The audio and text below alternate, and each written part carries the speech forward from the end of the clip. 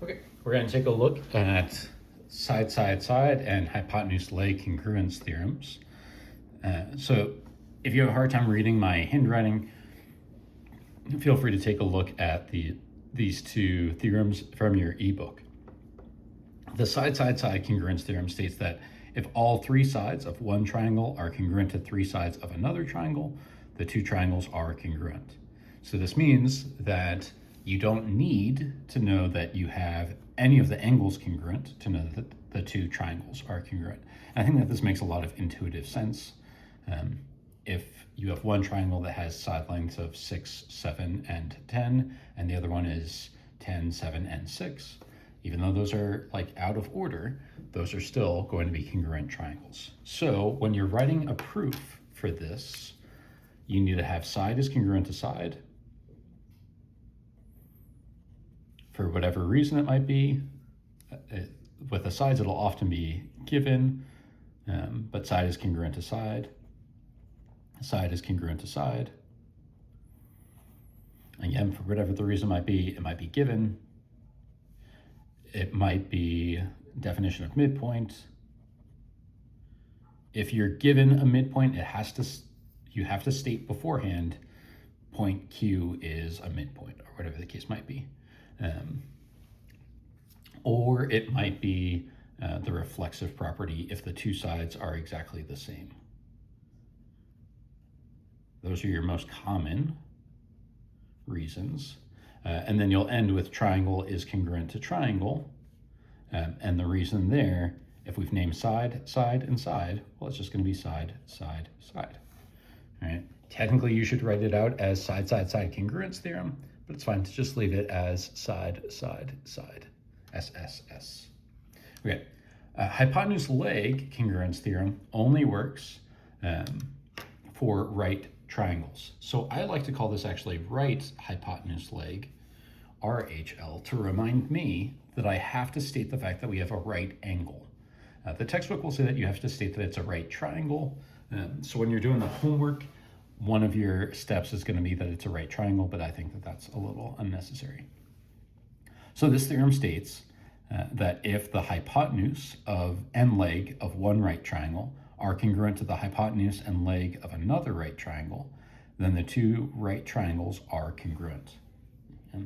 Now remember, hypotenuse is the side opposite the right angle. The two that touch the right angle are called legs.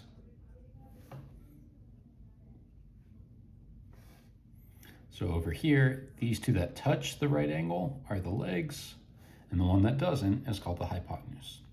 Okay? So in this one, I would recommend as your very first step, do angle and angle are right angles.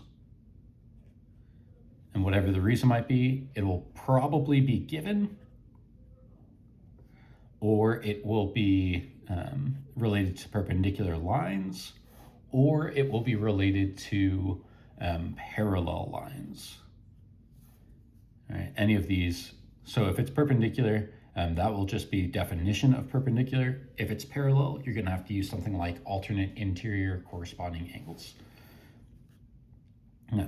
So after you have angle and angle are right angles, after you've named that you have two right angles, now you're going to want to say that hypotenuse is congruent to hypotenuse. And again, it's probably going to be one of these reasons. It was given to you. Definition of midpoint is a very common one, and reflexive property. There really aren't too many more that you can use for sides. Leg is congruent to leg. And then we're going to say that triangle is congruent to triangle by the hypotenuse leg theorem. Okay? And so both of these can be done in as few as 4 steps, but probably if I'm giving it to you, you're probably going to do a little bit more than that. Yeah. So let's take a look at two example problems. Okay, so let's go ahead and let's solve these two problems. If you're watching this, go ahead and pause it so that you have a chance to copy down these two diagrams. And if you are pausing it, you might as well check and see if you can solve it on your own before I do. So based on the fact that it's in this section, you're probably going to want to guess that this is either solvable by side, side, side, or hypotenuse leg, either side, side, side, or hypotenuse leg. And since these are involving right angles, it's probably going to be hypotenuse leg. That won't always be the case, but it's a good guess. Now let's write out our statement reason columns. Right, and remember, hypotenuse leg is really right hypotenuse leg. We've got most of what we need. I've already got one pair of sides, one pair of angles. I need to have 3 total pieces of information. They tell us here that C is the midpoint of segment AE. Well, if C is the midpoint, that means that this piece is congruent to this piece. Okay, and now I have one pair of sides. These sides are the hypotenuses. I have a second pair of sides called the legs, and I have this right angle. So now we can go ahead and we can just write out our full proof. We already have what we need. So statement 1, I'm going to start out with the angles. Angle A and angle E are right, and that's true because it was given to us. Yeah. And now we've got our congruent hypotenuses. Segment BC is congruent to segment DC. Yeah. And we want to be careful. If we're going to name this one BC, we want to name this one DC. We want to match the order that's given to us in the prove triangles are congruent statement. And that was true because it was given to us. Oops, number 2. Yeah. And number 3, we want to say this, but we can't say that this is true until after we've stated this, because that's how we knew to draw in these congruent markings, was because we were told this information, that C is the midpoint of segment AE, and that was given to us. And now because C is the midpoint, we can say that segment AC is congruent to segment EC by the definition of midpoint.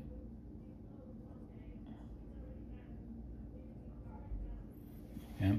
And now we've got our right hypotenuse leg, so that's enough for us to say that triangle ABC is congruent to triangle EDC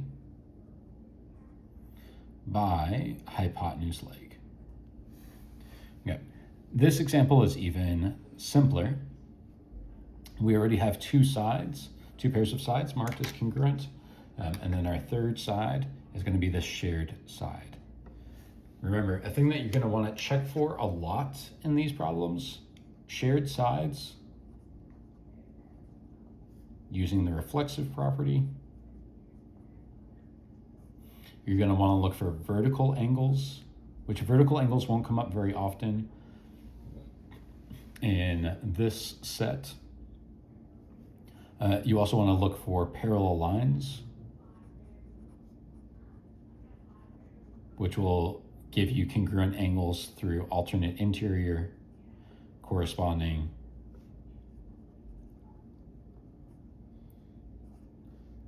in addition to alternate interior, you could have alternate exterior, but we won't see very many examples at all about that. So you definitely want to be on the lookout for any of these pieces. So we've got this shared side. So we are going to use that reflexive property. I now have 3 pairs of sides in my 2 triangles marked as congruent. So that's enough for me to write out my proof. Statement, reason. We can start out with our given information. I'm going to start with the thing that has 1 mark on it, segment MA, and that was the first 2 letters, is congruent to segment TH. Given statement 2, oops, missed my segment mark. Statement 2, I'm going to use the thing that has 2 marks on it so that I can stay organized. Statement 2, I'm going to say that segment MH is congruent to segment MH matches up with TA. And that was also given to us. Statement 3, we've got those shared sides from the first triangle AH, from a second triangle HA. It's congruent to segment HA. And that's true because of the reflexive property. Okay, anytime that we've got segment is congruent to itself, even if they go by different names, if it's the same segment, like if I want to draw a segment HA and then you come along and you draw a segment AH, we won't know that you've actually added anything. So that's going to be the reflexive property. If I draw in segment MH and then you come through and draw in segment AT, even though they're the same length, they're not the exact same segment. We can distinguish. If I point to MH, you're not going to think, oh, is he talking about MH or HT? If I point at this segment, you're not going to know if I would have called it AH, or HA. Okay. But we now have enough to say that these two triangles are congruent. MAH is congruent to triangle THA, and that's true by side, side, side. Okay. So go ahead and give your homework a try.